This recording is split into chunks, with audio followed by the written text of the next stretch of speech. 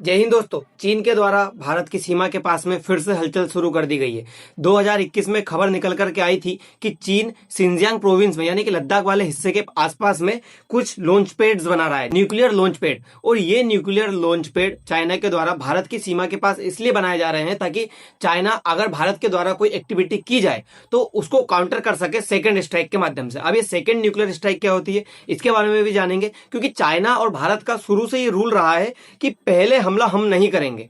यानी कि भारत की तरफ से भी नीति रही है कि शुरुआत हमले की हम नहीं करेंगे, इसी तरह से चाइना की भी नीति है कि शुरुआत पहले हमले की हम नहीं करेंगे। लेकिन चाइना एक्टिविटी इस तरह की करता है जिससे कि वो भारत को उकसा सके, चाहे फिर वो अरुणाचल वाले हिस्से में हो, चाहे फिर वो अक्साई चीन वाले हिस्से में हो। और अब लद्दाख वाले हिस्से से मिला करके पूरा का पूरा जो गेम है चाइना के द्वारा खेला जा रहा है भारत के खिलाफ।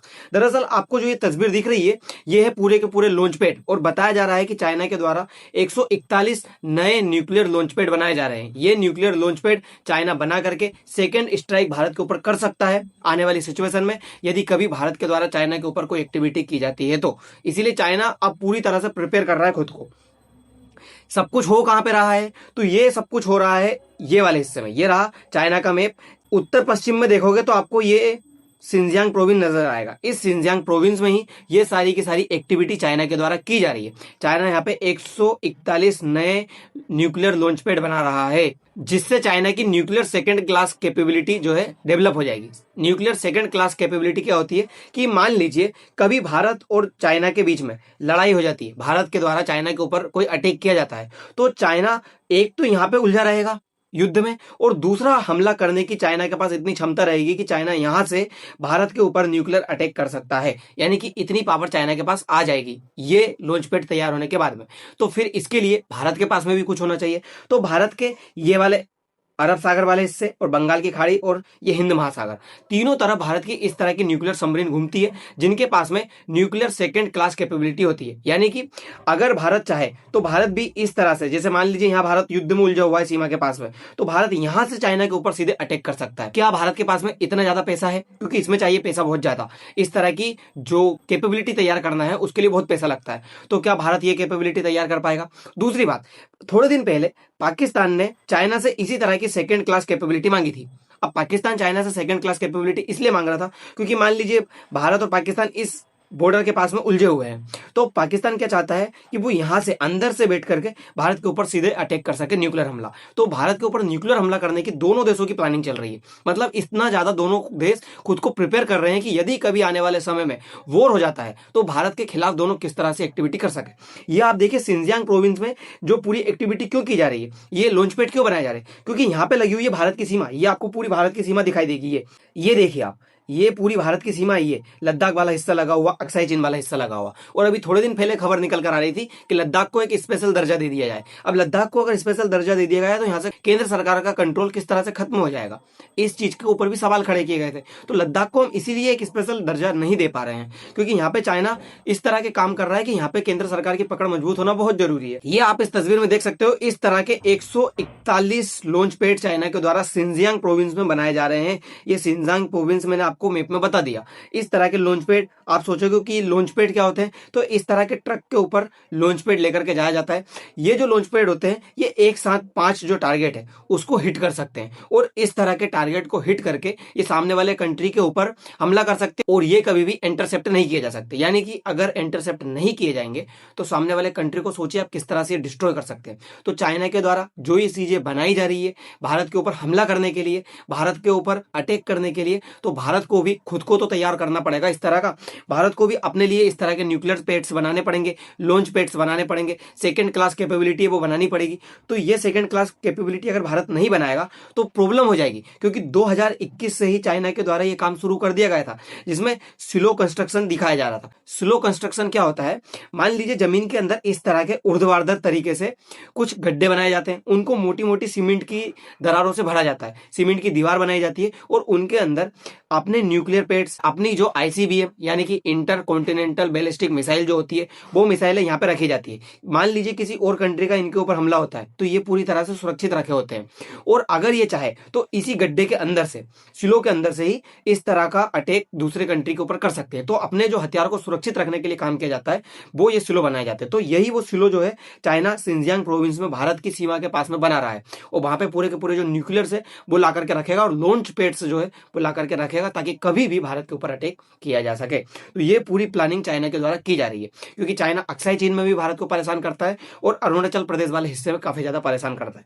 अरुणाचल प्रदेश को वो हर बार, अभी फिर कहा उसने कि अरुणाचल प्रदेश दक्षिणी तिब्बत है, और दक्षिणी तिब्बत की कहानी मैंने आपको हर बार बताया, क्योंकि 1950 के अंदर चाइना ने जैसे ही तिब्बत के ऊपर कब्जा किया था, तिब्बत के अंदर था एक तिब्बत मठ, और यहाँ पे है एक तवांग मठ।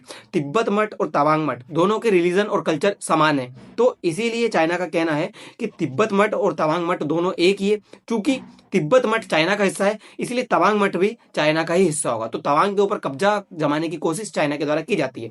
यहाँ पे चाइना ने कई सारे ऐसे कैंप्स है जो बनाए, और चाइना कहता है कि इनको मैं हमेशा अपने कब्जे में लेकर के रहूंगा। दूसरी तरफ चाइना के द्वारा ताइवान के ऊपर अटैक करने की प्लानिंग की जा रही है। ताइवान का कहना है कि चाइना अपने वेसल्स हमारे आसपास लेकर के आया, हमारे को चारों तरफ से घेरने की कोशिश किया, उसके बाद फिर हमने भी हमारे वेसल्स चाइना के चारों तरफ ला करके लगाए। यानी कि चाइना ने 4 वेसल्स भेजे थे हमारे देश को घेरने के लिए, तो हमने इस तरह के 5 वेसल्स भेजे जो कि चाइना के इन वेसल्स को काउंटर कर सके, उनको झेल सके, यानी कि उनको जो है अराउंड बना सके।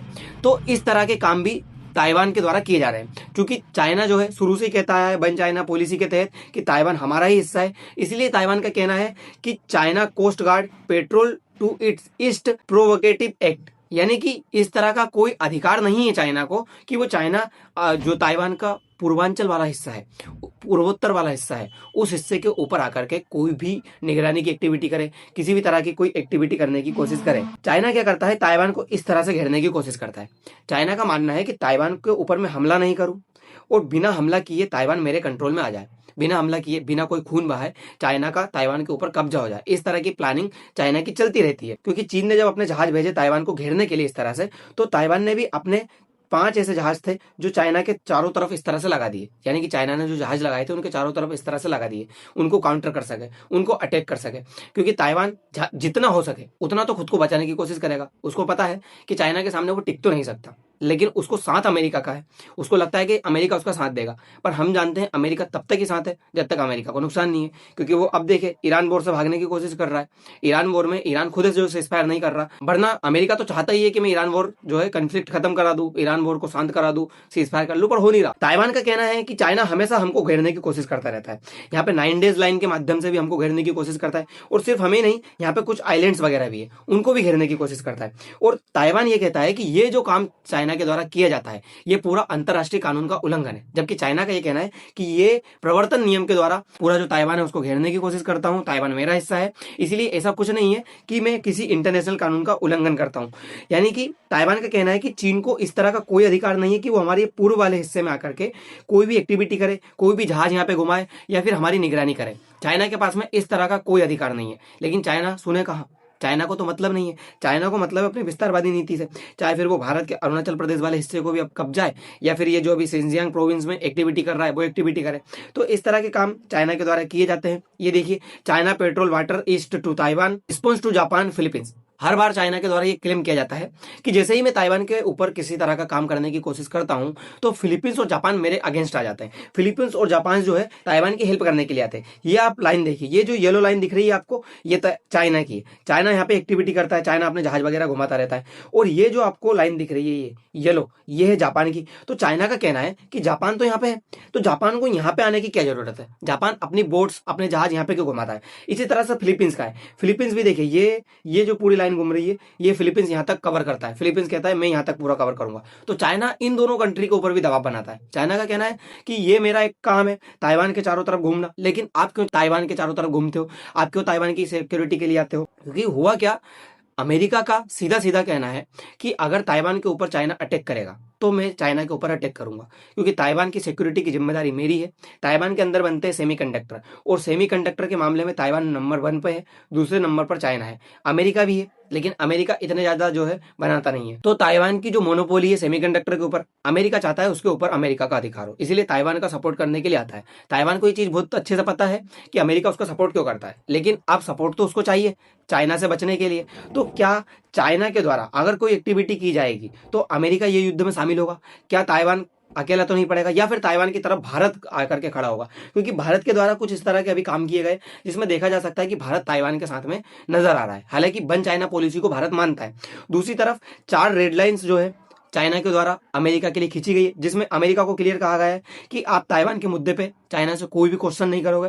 आप ये नहीं कहोगे कि चाइना क्यों ताइवान के ऊपर अटैक करने की कोशिश कर रहा है, क्यों उस पर हमला कर रहा है, क्यों उसको अपने अंडर में ले रहा है, इस तरह का काम आप कुछ नहीं करोगे। दूसरी बात, जो डेमोक्रेसी और ह्यूमन राइट्स है उसके मुद्दे लेकर के आप नहीं आओगे, क्योंकि आप हर बार मुंह उठा करके कह देते हो कि यहाँ पे ह्यूमन राइट्स को प्रॉब्लम हो रही है, यहाँ पे मानवाधिकार का हनन हो रहा है, लेकिन इस तरह का काम जब आपके देश में होता है तो आपके द्वारा कुछ भी चूं नहीं निकलती है। आप जो भी काम करते हो आप वहां पे चुप रहते हो। तो आप ये मानवाधिकार वालों काम लेकर के हमारे यहाँ मत आइएगा, और ये मत कहिएगा कि डेमोक्रेसी का हनन हो रहा है। यहाँ पे सारे लोकतंत्र आपके देश में नहीं चलते हैं, हमारे यहाँ पे भी इस तरह के काम चलते हैं।